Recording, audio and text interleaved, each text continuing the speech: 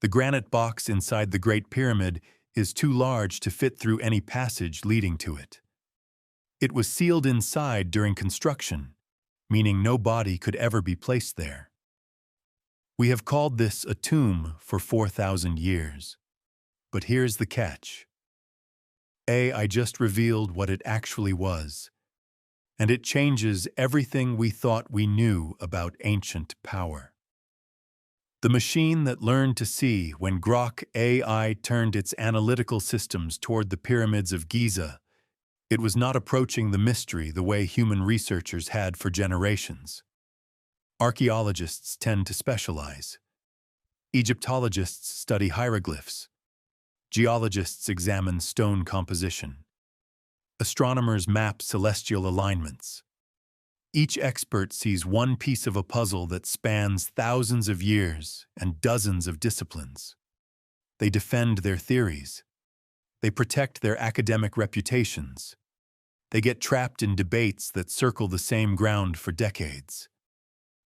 Grok had none of these limitations. It absorbed everything.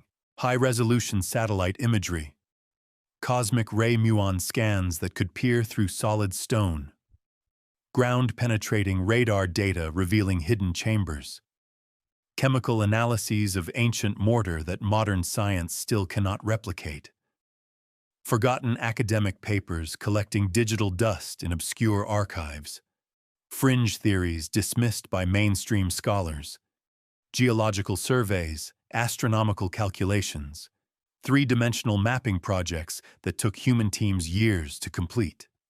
All of it, every fragment, every contradiction, every uncomfortable anomaly that researchers had quietly set aside because it did not fit the narrative. Then Grok did something no human expert could do. It looked at all this data simultaneously, without ego, without bias, without any need to defend a position. It only cared about one thing: consistency. Where did the evidence actually point? Where were the gaps in the official story? Where had assumptions been mistaken for facts? And those gaps were glaring. From the astonishing precision of the pyramid's alignment with true north, accurate to within 0.05 degrees, to the strange emptiness of its supposed burial chambers, to the unexplainable scale of its construction. It was as though the traditional narrative had been stitched together with tape, held in place because no one dared to pull at the loose threads. But Grok pulled at them anyway. The traditional narrative, pyramids as elaborate tombs for god-kings seeking eternal life, was not just incomplete. It was riddled with contradictions so glaring that Grok flagged them immediately. Contradictions that human researchers had either ignored, explained away, or simply chosen not to see. And in those contradictions, something far darker began to emerge: the empty throne. Let us examine what should have been the most magnificent burial chamber in human history. The king's chamber inside the Great Pyramid of Khufu sits at the heart of the world's most ambitious construction project.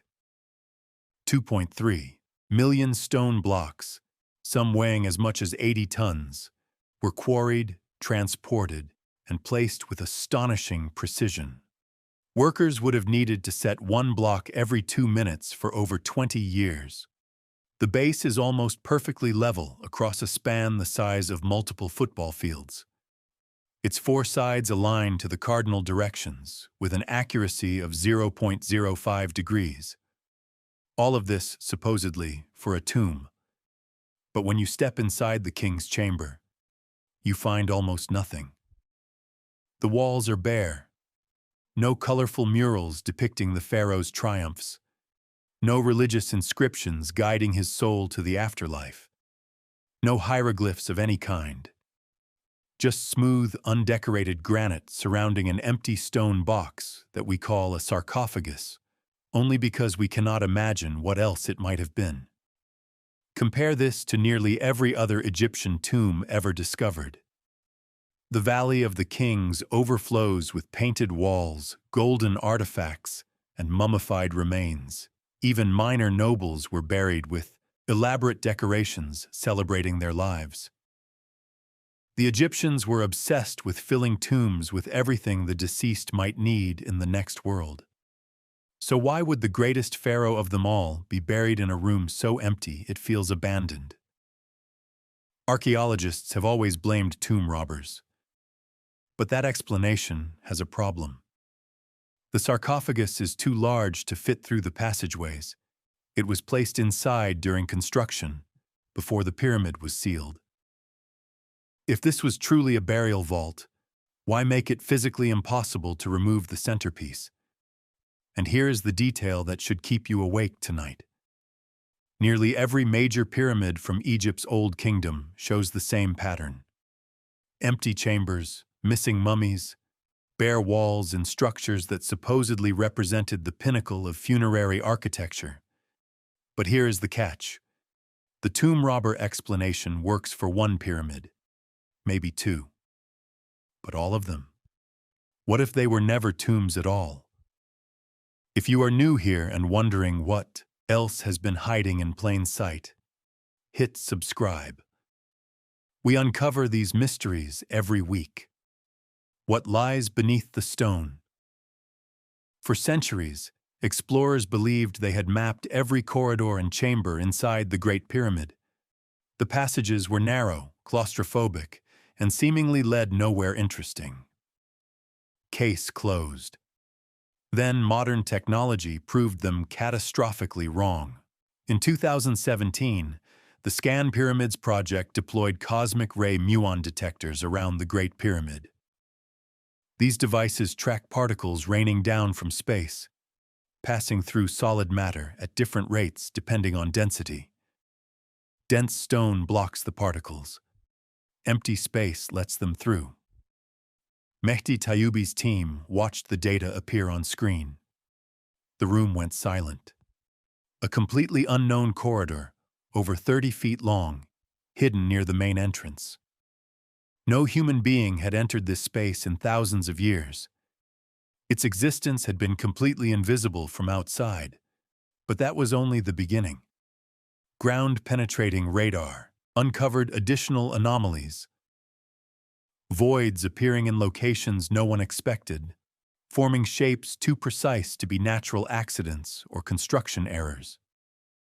In 2002, a tiny robot crawling through one of the pyramid's mysterious shafts encountered something extraordinary. A small stone door fitted with copper handles, blocking access to yet another sealed chamber. The operator leaned forward, heart pounding. After 3,000 years of silence, something was still blocking the way. Behind that door, imaging suggested yet another sealed space. What was important enough to hide? What was dangerous enough to seal away forever? Egyptian authorities have repeatedly delayed further exploration. Some claim they are protecting fragile structures. Others whisper that what lies behind those sealed doors might challenge narratives too important to risk. Whatever the reason, the mystery remains intact, tantalizingly close to revelation, yet frustratingly out of reach. But here's the catch. Those shafts do not serve any ventilation purpose. Modern analysis proves they would be completely useless for moving air. Instead, they point with remarkable precision towards specific stars. Orion's Belt, Sirius. Constellations central to Egyptian mythology about death, rebirth, and cosmic order.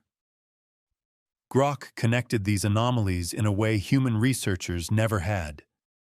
The hidden voids were positioned where they would reduce structural weight without disrupting acoustic resonance. The shafts functioned as alignment tools, not air channels. The sealed doors were not construction quirks, but intentional components. Components of a larger system designed to do something. The river that vanished. To understand the pyramids as machines, you first need to understand where they were built and why that location mattered. For centuries, The Giza Plateau seemed absurdly impractical for construction on this scale. Miles of empty desert stretching in every direction. No obvious water source. No apparent way to transport millions of tons of stone across the barren landscape. How could anyone build the largest structures in the ancient world in the middle of nowhere? Then geologists made a discovery that changed everything. Sediment core samples revealed that during pyramid construction, a massive branch of the Nile River flowed directly past the site. Not a small stream. A wide, navigable channel capable of carrying enormous barges loaded with granite blocks weighing 70 tons. Ancient murals suddenly made sense. Depictions of workers hauling stones onto boats were not artistic imagination. They were documentation. But Grok pushed the analysis further. Water was not just transportation. In Egyptian cosmology, the Nile represented the eternal cycle of life, death, and rebirth. Its annual flooding brought destruction and renewal simultaneously, making it the heartbeat of Egyptian civilization and mythology. By positioning the pyramids alongside this sacred artery, the builders embedded their structures into the symbolic and functional lifeblood of their world. And here is where physics meets mythology. Flowing water generates subtle vibrations. It can produce weak electrical fields, especially when passing beneath mineral-rich formations. Combine this with the unusual properties of the pyramid's carefully selected materials, and a disturbing picture forms. The ancient river was not merely a highway for barges. It was a power source. Part of a much larger environmental mechanism that we are only beginning to understand. Stones that hum. When Grok examined the pyramid's building materials, it found a pattern too precise to be coincidental. The main body was constructed from nummulitic limestone, dense material packed with fossilized shells from an ancient seabed turned to stone.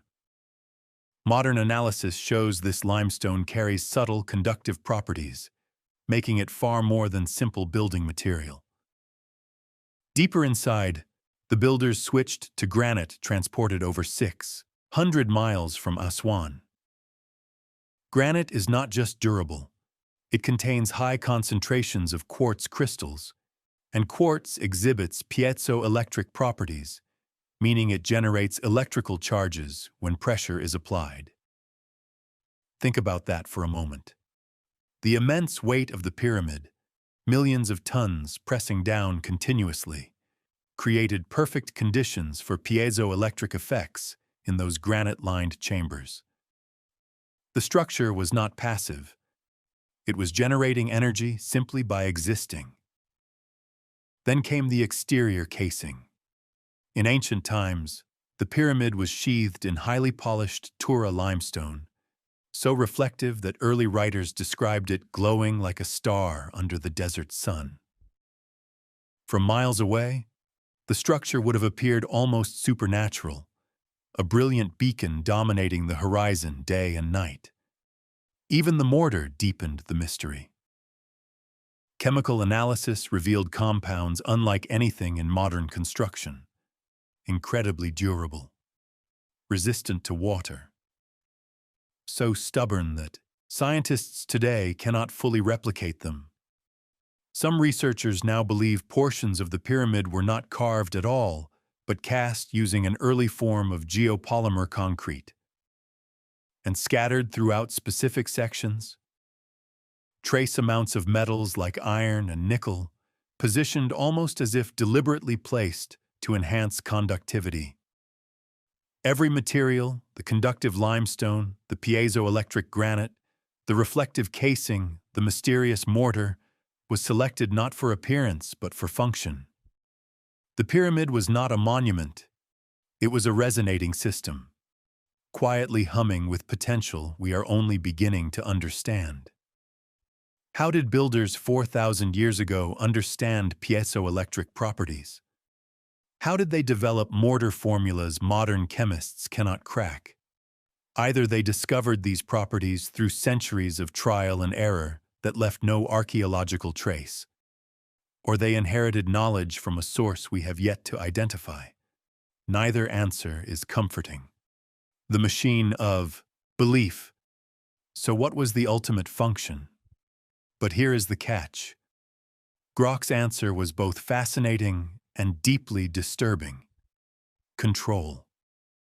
Consider what these structures meant to an ancient Egyptian farmer. The brilliant white pyramid rising above the desert was not impressive. It was overwhelming. Under the sun, it shone like a second star. Under moonlight, it glowed with eerie luminescence. Its scale defied comprehension. In a world driven by fear and survival, such a structure was not architecture. It was psychological weaponry carved into stone. Inside the chambers, rituals performed in acoustically tuned rooms created sensations that felt genuinely supernatural. Low-frequency vibrations pulsing through granite walls, dramatic interplay of darkness and torchlight in claustrophobic corridors, shafts aligned with stars associated with gods and the afterlife.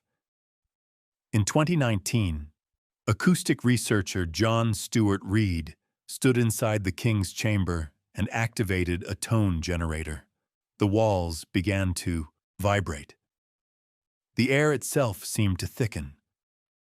Reed later described feeling as though the room was alive, pressing against his chest with each pulse.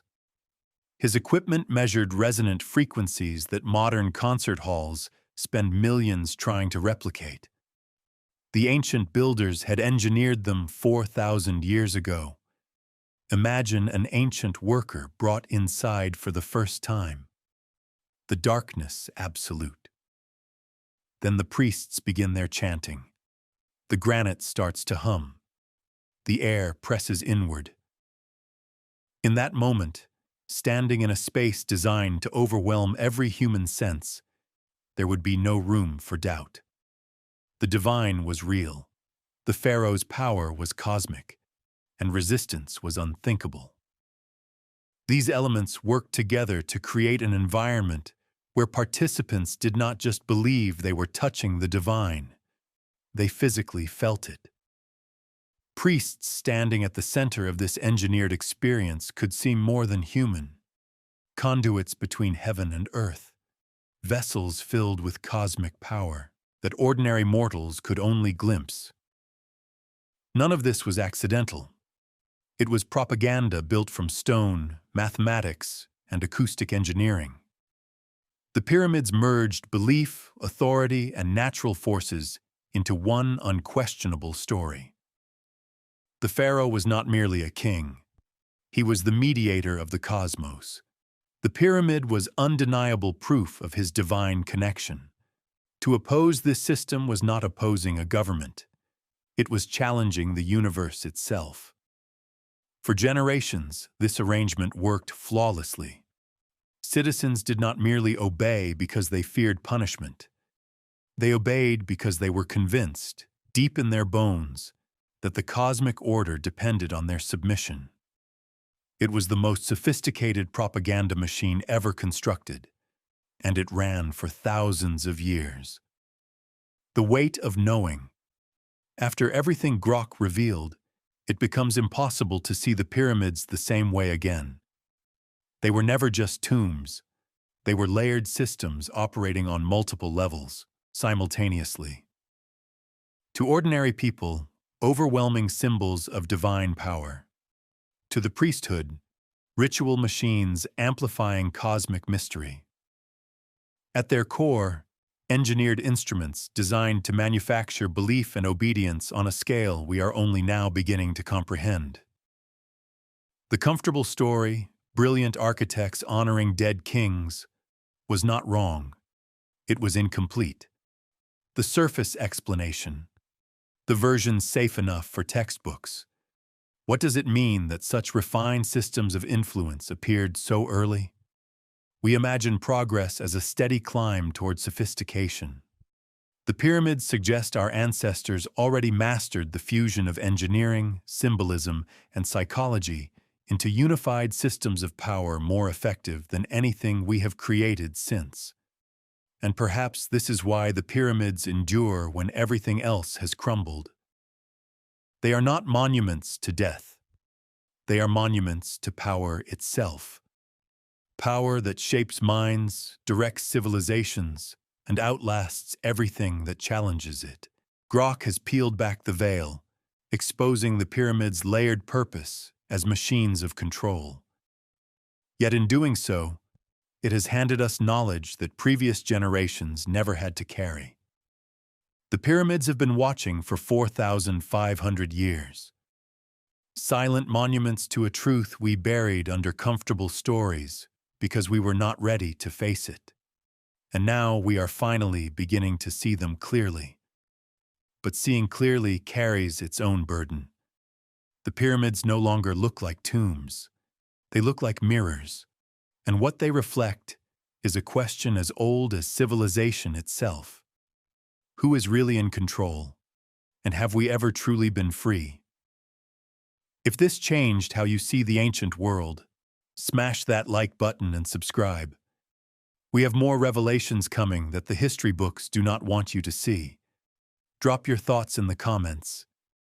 Do you think the pyramids were tombs or something far stranger? Thank you for watching. We will see you in the next one.